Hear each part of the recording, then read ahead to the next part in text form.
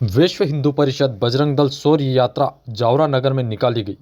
कार्यक्रम के प्रारंभ में अतिथियों ने भारत माता और श्री राम दरबार पर माल्यार्पण किया। इसमें पहले ओम अंकित भगवा ध्वज फहराया गया, जिसमें मुख्य वक्ता के रूप में राष्ट्रीय कवि मुकेश मोलवा व राष्ट्रीय प्रवक्ता मनोज काश्यप शेरपुर रहे।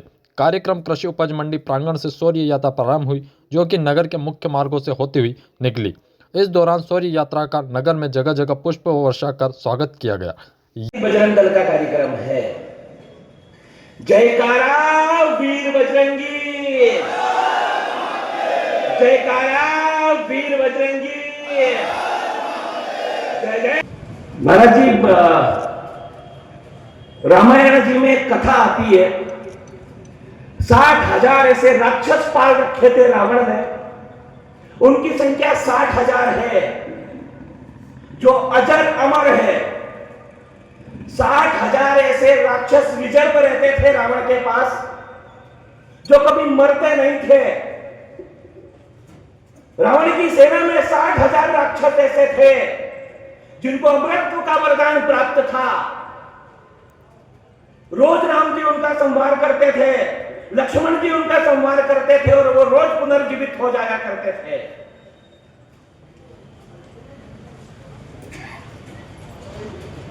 राम जी गए, जामवंत से पूछा कि समस्या का समाधान क्या है। जामवंत जी ने कहा कि मेरे पास तो नहीं है, लेकिन एक व्यक्ति ऐसा है, एक शख्सियत आपके पास में ऐसी है जिसके पास हर समस्या का समाधान है। आपके प्रिय हनुमत को बुलाइए। हनुमान जी को बुलाया गया। क्यों बुलाया गया आज बजरंग दल को? बजरंग दल सारी समस्याओं का हल है। तब भी बुलाया गया हनुमान जी को और कहा गया कि ये 60,000 राक्षस ऐसे हैं जो किसी भी स्थिति में मर नहीं सकते, अजर अमर है। हनुमत, ये बताओ कि इनसे मुक्ति पाने का उपाय तुम्हारे पास है क्या? तब हनुमान जी ने कहा कि जी प्रभु, ये बजरंग दल के लोगों के लिए, बजरंग दल के कार्यकर्ता के लिए बात कर रहे हैं हम। आखिर में आपको बजरंगी कहा क्यों गया?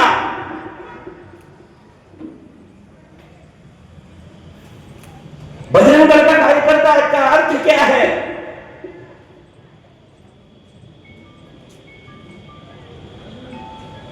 हनुमान जी को बुलाया गया, कहा कि ये 60,000 राक्षस ऐसे हैं जो अजर अमर हैं।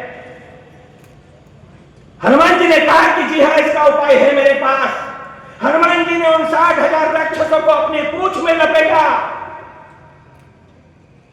अपनी पूंछ में लपेटा और ग्रेविटेशनल फोर्स, गुरुत्वाकर्षण क्षेत्र से बाहर फेंक दिया।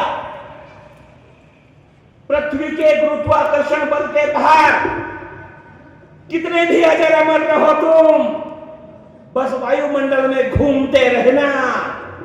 हमें तो उन राक्षसों पर दया आती है, बेचारे आज भी घूम रहे हैं।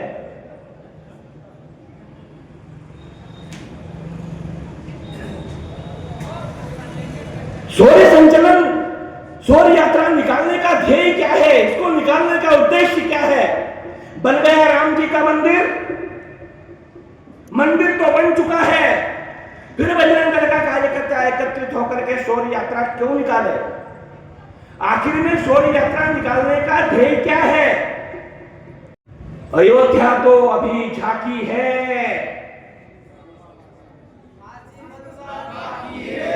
ऐसे काशी मथुरा बाकी है। ऐसे ही नहीं होता है।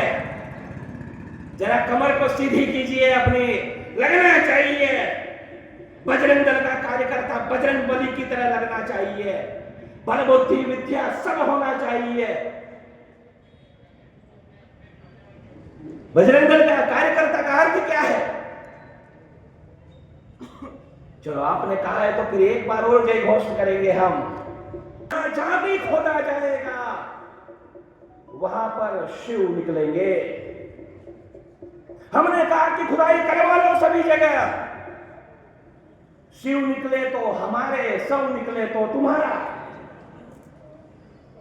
हम काशी जाते थे, हम कहीं और प्रणाम करके आ जाते थे, नंदी बाबा कहीं और होकर के खड़े रहते थे। सदियां बीत गई, सदियां बीत गई, वो लोग भी जाते थे।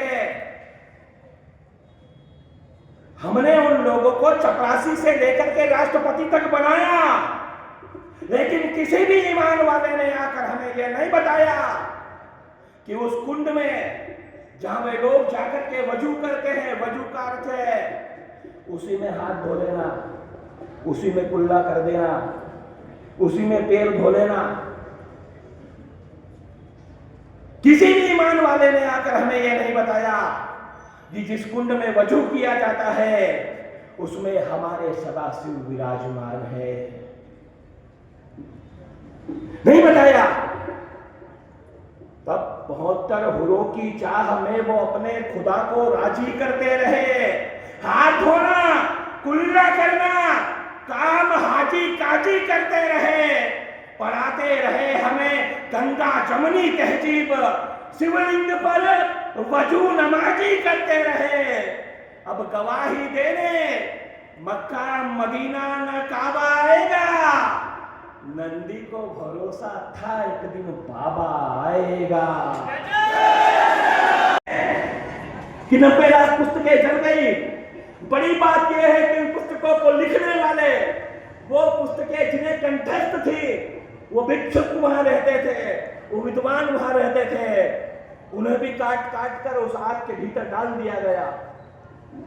और हमने नाम रखे बख्तियार स्टेशन, हमने नाम रखा औरंगाबाद, हमने नाम रखा तुगलक रोड, हमने नाम रखा अकबर रोड, हमने नाम रखा हुमायूं रोड।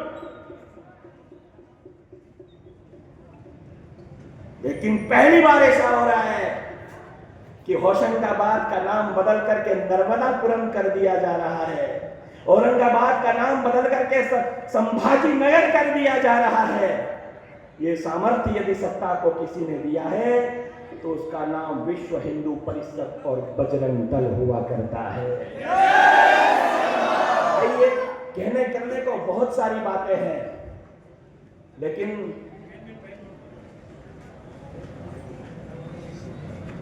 भाई साहब टोपी वाले